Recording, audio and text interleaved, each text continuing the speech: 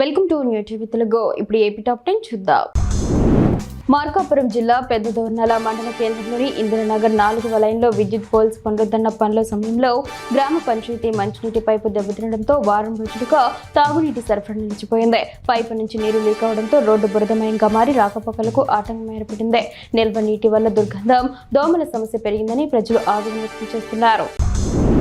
ప్రజల భాగస్వామ్యంతో చేపడుతున్న జలధార జలహారతి కార్యక్రమంలో ప్రతి ఒక్కరూ పాల్గొనాలని జిల్లా కలెక్టర్ రాజాబాబు పిలుపునిచ్చారు. నాగులప్పలపాడు మండలం చిరువానుప్పలపాడు గ్రామ పరిధిలో ఎమ్మెల్యే విజయ్ కుమార్తో కలిసి పంటకాలు పునరుద్ధరణ పనులను ఆయన ప్రారంభించారు. వర్షం ద్వారా వచ్చే ప్రతి నీటి బొట్టును సద్వినియోగం చేసుకోవాలని సూచించారు. ఈ కార్యక్రమంలో స్థానిక అధికారులు, ప్రజాప్రతినిధులు పాల్గొన్నారు.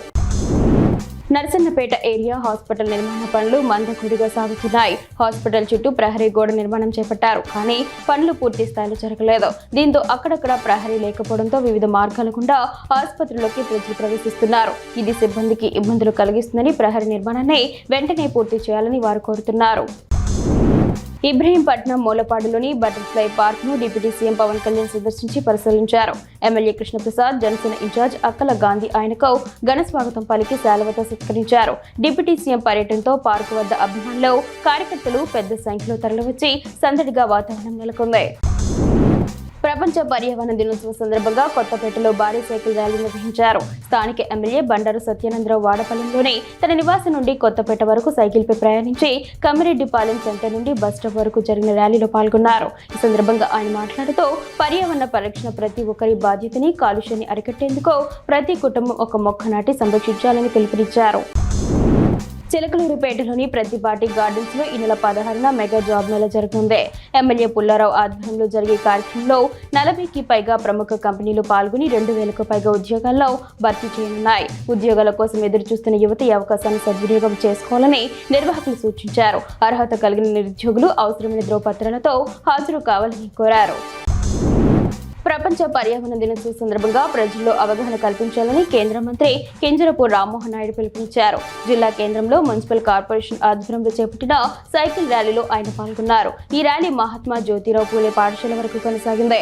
ఆయనతో పాటు MLA Shankarrao, collector Swapnil Dinakar, SP KV Maheshwar రెడ్డితో సహా పలువురు అధికారులు ర్యాలీలో పాల్గొన్నారు. రాజంపేటలో వెన్నుపోటుకు రెండేళ్ల నిరసన కార్యక్రమంలో భాగంగా ఎమ్మెల్యే ఆకేపాటి అమర్నాథ్ రెడ్డి, టీడీపీ నాయకులు కూటమి ప్రభుత్వం మేనిఫెస్టో ప్రతులను దగ్ధం చేశారు. కూటమి ప్రభుత్వం అధికారంలోకి వచ్చి 2 ఏళ్లు పూర్తయిన సూపర్ 6 హామీలైన ఆడబిడ్డ నిధి, విద్యా దీవెన, వసతి దీవెన, రైతు సంక్షేమం, కరెంటు ఛార్జీల తగ్గింపు వంటి ఏ ఒక్క వాగ్దానాన్ని అమలు చేయకుండా ప్రజలను మోసం చేసిందని ఎమ్మెల్యే ఆరోపించారు. హామీలు నెరవేర్చే వరకు పోరాటం ఆపబోమని ఆయన స్పష్టం చేశారు. నరసన్నపేట వెలుగు కార్యాలయంలో ఎమ్మెల్యే బగ్గు రమణమూర్తి, టీడీపీ రాష్ట్ర కార్యనిర్వాహక కార్యదర్శి బగ్గు అర్చన నూతనంగా ఏర్పాటు చేసిన మన డబ్బులు మన లెక్కలు యాప్పై అవగాహన కల్పించారు. ముఖ్యమంత్రి చంద్రబాబు నాయుడు హయాంలో స్వయం శక్తి సంఘాలు అభివృద్ధి చెందుతున్నాయని, ఈ యాప్ ద్వారా అవకతవకలకు అవకాశం ఉండదని, ఖచ్చితమైన వివరాలు ఇందులో పొందుపరచడం జరిగిందని వారు తెలిపారు.